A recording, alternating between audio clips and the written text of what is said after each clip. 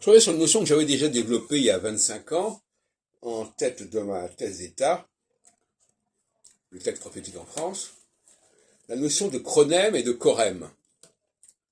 Chronème, qui nous permet de dater un texte correctement, c'est-à-dire de quand date ce texte, et avant quelle date n'a pas pu exister ce texte. Et ça permet, par exemple, si on voit que dans ce texte, il y a des éléments tardifs, c'est l'ensemble du texte qui est tardif, forcément. Et deuxièmement, le chorème, savoir qui a écrit ce texte et à qui s'adresse ce texte. À quel groupe s'adresse ce texte. Alors dans la Bible, c'est un problème récurrent. Quand on dit, quand Dieu s'exprime et dit mon peuple c'est qui? Ce sont les juifs ou ce sont les chrétiens ou c'est qui? Chacun tire la couverture à lui. Hein. Donc là, c'est le chorème.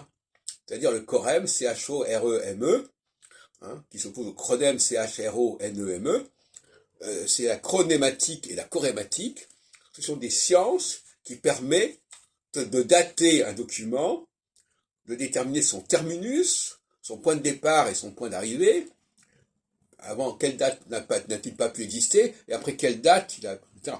Et puis le chorème, d'où ça vient? Par exemple, dans le cas de Nostradamus, le chorème, c'est de savoir si, par exemple, le deuxième volet des Centuries a été écrit à la solde du même courant politique que le premier courant, que le premier volet.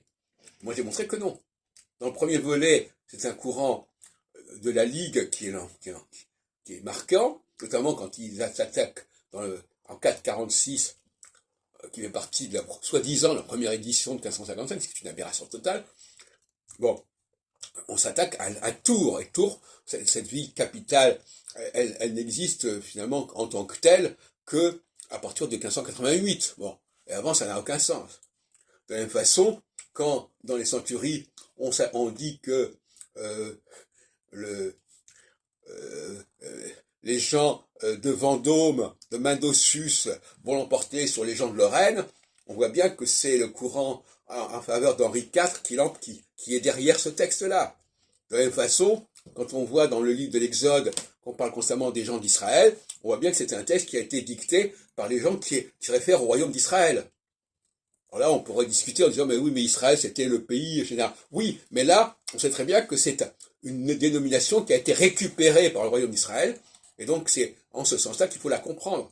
Et non pas en noyant le poisson en disant, mais Israël, c'est la terre d'Israël, il reste Israël, ça c'est du pipeau.